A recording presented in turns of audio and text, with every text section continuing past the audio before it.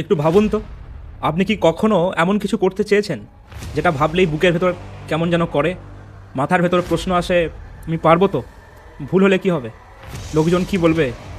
এই প্রশ্নগুলো দুর্বল মানুষের নয়, এই প্রশ্নগুলো আসে তাদের কাছেই যাদের ভেতরে কিছু করার ইচ্ছে আছে। আমাদের ছোটবেলা থেকেই শেখানো হয় ভয় মানে থেমে যাওয়া, ভয় মানে পিছিয়ে যাওয়া, ভয় মানে ঝুঁকি নেওয়া, বোকামি। কিন্তু আজ আমি আপনাকে অন্য একটা কথা বলবো।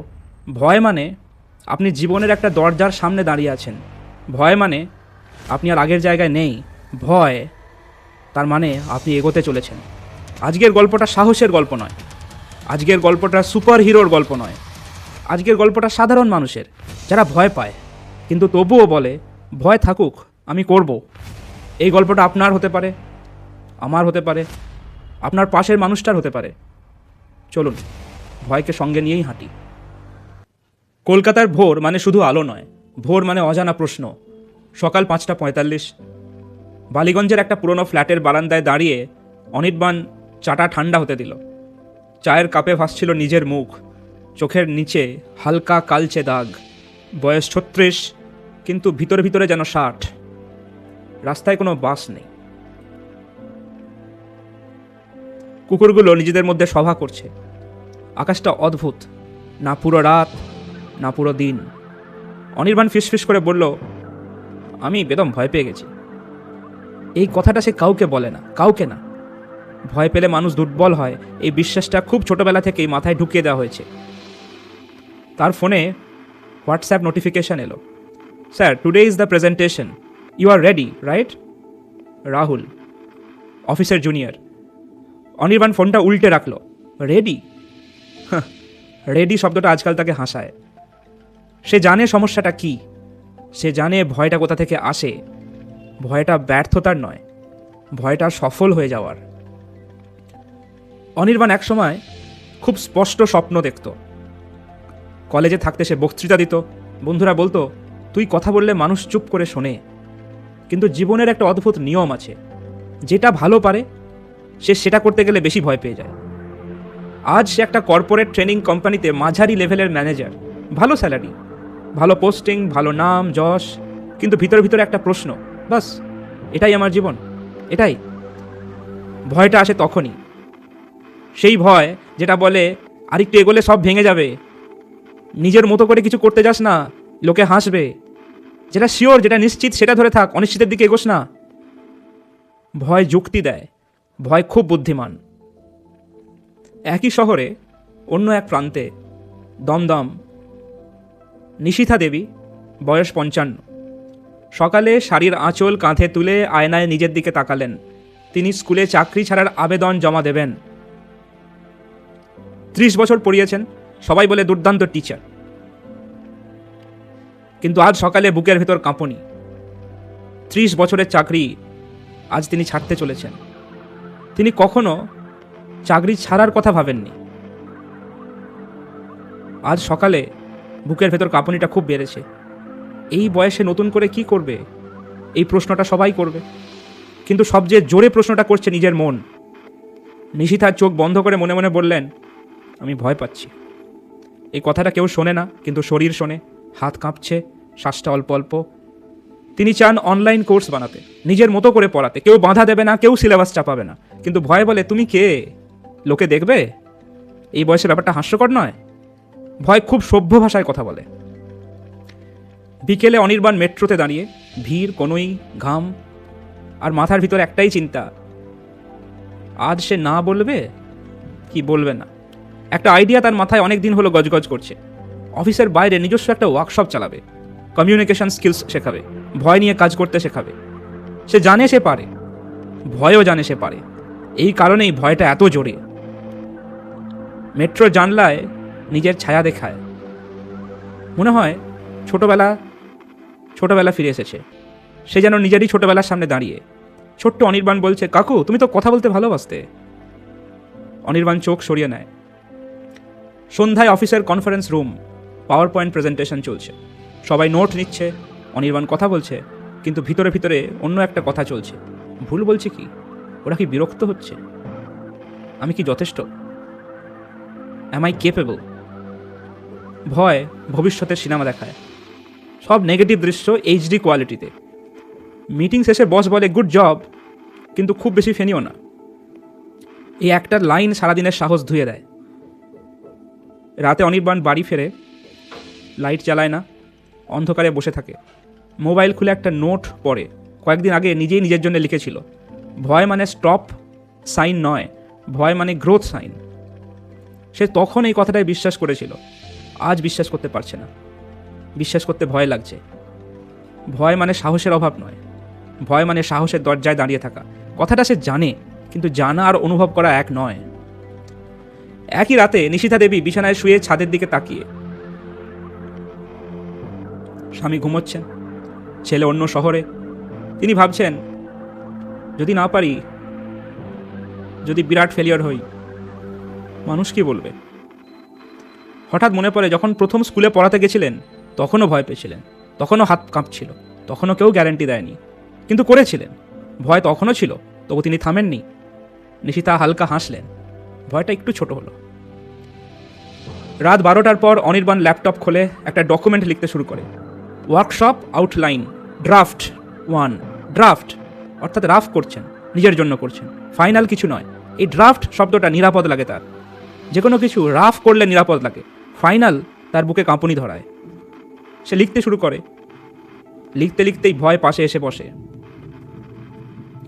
ভয় বলে, কাল কর না, আর একটু রেডি হয়ে নে না, এই তো ভালো চলছিল সব কিছু। অনির্বাণ টাইপ করতে করতে বলে, থাক, তুই পাশে থাক, কিন্তু আমি লিখব। এই প্রথম সে ভয়কে তাড়ায় না, ভয়কে সঙ্গে বসিয়ে কাজ করে। ভয় চুপ করে না, সে বকবক করে যায়। অনির্বাণ কাজ এগোতে থাকে, কাজটা এগোয়। রাত গভীর হয়েছে, শহর শান্ত, দুটো মানুষ দুই প্রান্তে, একজন 36, একজন 55। দুজনেই ভয় পাচ্ছে, দুজনেই পুরো প্রস্তুত নয়, কিন্তু কোথাও যেন একটা ছোট্ট সিদ্ধান্ত হয়েছে। ভয় থাকলেও একটা স্টেপ তো নেওয়াই যায়, শুধু আজকের জন্য।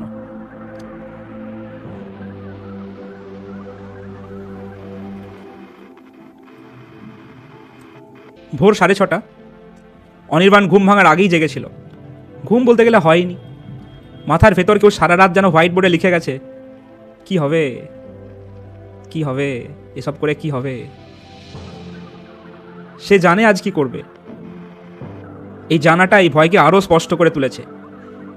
ভয় অন্ধকারে থাকে না, ভয় আলোতে দাঁড়িয়ে থাকে, চোখে চোখ রাখে, খুব হিংস্রভাবে তাকায়।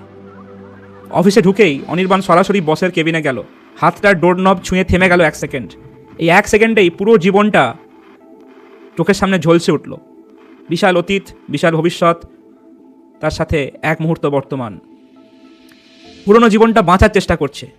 ভিতরের গলা বলল, এখন যাস না রে, 1 মাস ওয়েট কর, আর 1 বছর ওয়েট কর। আর একটা গলা, শান্ত কিন্তু দৃঢ়, বলল, না, এখনই যাব। ডোর নব ঘোরে, কামেন। বসের সামনে বসে অনির্বাণ বলল, sir, I want to talk about something, it's personal. ভয় বুকের ভিতর ধাক্কা মারছে, কিন্তু সে কথা থামায় না। নিজের আইডিয়া বলে, পার্ট টাইমে একটা ওয়ার্কশপ করতে চাই, অফিস ছাড়ছি না, শুধু চেষ্টা করে দেখছি। কথা শেষ হলে ঘরে একটু নীরবতা। এই নীরবতাই ভয় সবচেয়ে বেশি ভালোবাসে। বস বলল, why are you risking a stable career? কি দরকার তোমার? এই প্রশ্নটা অনির্বাণের নিজেরও প্রশ্ন। সে এবার অন্যরকম উত্তর দিল, sir, I want some adventure in my life, I want meaning in my life. নিজের কণ্ঠস্বর শুনে সে নিজেই একটু অবাক হয়ে গেল। এটা কি তারই উত্তর? এত গভীর থেকে উত্তরটা ভেসে এলো। তাও আবার বসকে সে বলল। ভিতরে ভিতরে হালকা গর্ব অনুভব করলো। বস পুরো হ্যাঁ বলল না, পুরো নাও বলল না, বলল ট্রাই বাট বি কেয়ারফুল। এই বাট শব্দটা ভয়কে বাঁচিয়ে রাখে, কিন্তু ট্রাই শব্দটা তাকে হাঁটতে দিল। অনির্বাণ বেরিয়ে এলো, করিডোরে হাঁটতে হাঁটতে বুঝলো সে কাঁপছে পুরো, কিন্তু সে দাঁড়ালো না। একই দিনে নিশিতা দেবী স্কুলে, স্টাফ রুমে সবাই চা খাচ্ছে, গসিপ চলছে, রাজনীতির কথা চলছে, ছাত্রছাত্রীরা ঘুরে বেড়াচ্ছে। তিনি প্রিন্সিপালের ঘরে ঢুকলেন, হাতে অ্যাপ্লিকেশন লেটার। এই কাগজটা শুধু কাগজ নয়, এই কাগজটা 30 বছরের পরিচয়ের শেষ। প্রিন্সিপাল বললেন, are you sure? You are one of our best teachers. এই প্রশংসাটাই ভয় বাড়ায়। নিশিতা শান্ত গলায় বললেন, I am sure ma'am, I want to try something before I am too old, before I am too afraid to try. নিজের কথায় নিজের চোখ ভিজে গেল, কিন্তু পা পিছল না। 2 সপ্তাহ হলো অনির্বাণের প্রথম ওয়ার্কশপ চলছে। ভেনু একটা ছোট্ট কোওয়ার্কিং স্পেস, 15টা চেয়ার রাখা আছে, নাম লিখিয়েছে 8 জন। ভয় বলল, দেখলি বললাম লোকে আসবে না। অনির্বাণ মাইক ধরে, হাত ঘেমে গেছে। প্রথম 5 মিনিট কণ্ঠস্বর কাঁপছে, শব্দ আটকে যাচ্ছে। একজন পার্টিসিপেন্ট ফিসফিস করে বলল, ইজ হি নার্ভাস? এই প্রশ্নটা ছুরির মতো বুকে লাগলো অনির্বাণের। অনির্বাণ থামল, তারপর হাসলো, বলল, হ্যাঁ আমি নার্ভাস, কারণ এই বিষয়টা আমার কাছে গুরুত্বপূর্ণ।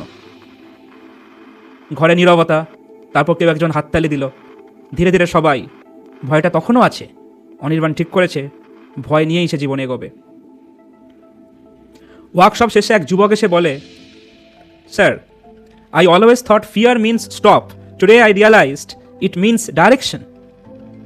এই একটা লাইন অনির্বাণের ভিতরের অনেক ভাঙা জায়গা জোড়া লাগিয়ে দিল। ভয় চলে যায়নি, কিন্তু ভয় আর একা সিদ্ধান্ত নেয় না। নিশিতা দেবীর প্রথম online class, internet slow, mic কাজ করছে না, 3 জন লগ ইন করেছে। ভয় হাসছে, দেখলি কোনো স্টুডেন্টই নেই, ভালোই হয়েছে, ভুল কম করবি, কম লোক বুঝবে। নিজের কথায় নিজেই হালকা হেসে ফেললেন। ক্লাস শেষে এক ছাত্রী মেসেজ করে বলল, ma'am, I finally understood this topic, thank you so much. এই ফাইনালি শব্দটা ভয়কে চুপ করায়। কয়েক মাস গেল, অনির্বাণের সব ওয়ার্কশপ হিট নয়, কিছু ফ্লপ, কিছু মাঝারি। নিশিতার ভিডিওতে কমেন্ট আসে, কিছু ভালো কিছু কটু। ভয় আবার কথা বলে, কিন্তু এবার ভয় একা নয়, ভয়ের পাশে দাঁড়িয়ে আছে অভিজ্ঞতা। ভুল করেও বেঁচে থাকা যায়, এই জ্ঞান ভয়কে ছোট করে দেয়। এক সন্ধ্যায় অনির্বাণ আর নিশিতা দেবীর দেখা হলো, একটা শিক্ষা বিষয়ক কনফারেন্স। দুজনেই স্পিকার, দুজনেই একসময় ভয় পেতেন। চা হাতে দাঁড়িয়ে অনির্বাণ বলেন, ভয় আপনি পান কি এখনো? নিশিতা হাসেন, হ্যাঁ, কিন্তু এখন জানি ভয় মানে আমি বেঁচে আছি। ভয় কখনো যায় না, ভয় বদলায়। প্রথমে ভয় বলে করো না, তারপর ভয় বলে বুঝে শুনে দেখে করো, তারপর একদিন ভয় শুধু পাশে হাঁটে। ভয়কে হারানো যায় না, ভয়কে হাত ধরে চলা যায়। ভয়কে বলা যায়, চলো, আমিও আছি, তুমিও আছো। গল্পটা এখানেই শেষ, এবার আপনাদের জীবনের সত্যি গল্প শুরু হবে।